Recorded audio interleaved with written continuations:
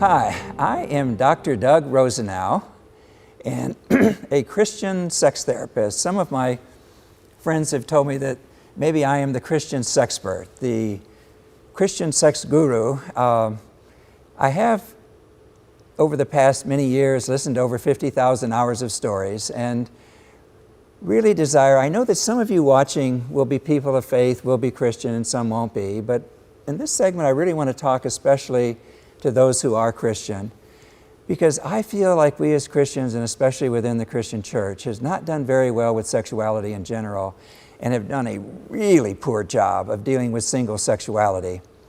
And part of my passion for this population of single and sexual and college-age 20-something wrote a book called Soul Virgins, and I'll talk about that more, the idea of a soul virginity, but redefining single sexuality. And I think we need to redefine single sexuality in the church.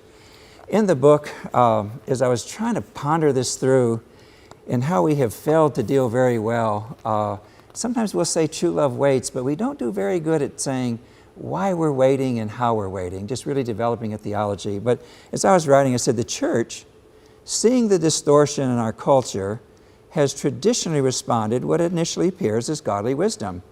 Sex is for marriage, be abstinent. But the statement, without any practical explanation of what is meant, by itself can send a disturbing underlying message.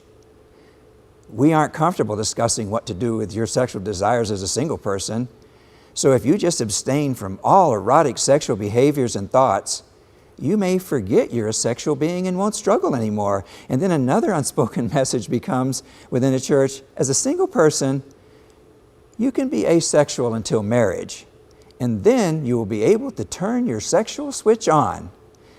Obviously, single adults are sexual beings, and they do have sexual desires and feelings. But it seems sometimes the church views the eternal Creator as throwing his hands up in shock. Oh no, single adults have sexual feelings and desire? And now they aren't getting married until almost 30? Wow, this sure caught me off guard. What will I do? Right, God's smart. We aren't going to catch him off guard. He designed single people to be sexual. And I think, gang, that's part of what is part of our problem sometimes, is that we really haven't distinguished between the difference between repression and discipline. And I think the Creator of sexuality calls us to be disciplined. But so often in the church, we really have repressed this area. We've tried to make singles asexual.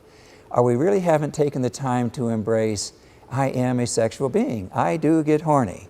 I will have those moments when I'm just surging. And so I think we can do better at embracing our own sexual feelings and desire as single people and learning how to not repress that, to ignore it, to try to sit on it, to not necessarily kiss until your wedding day, but to be able to really embrace, I am a sexual being. I do want to find someone to be sexual with. I want to mate. I want to be married.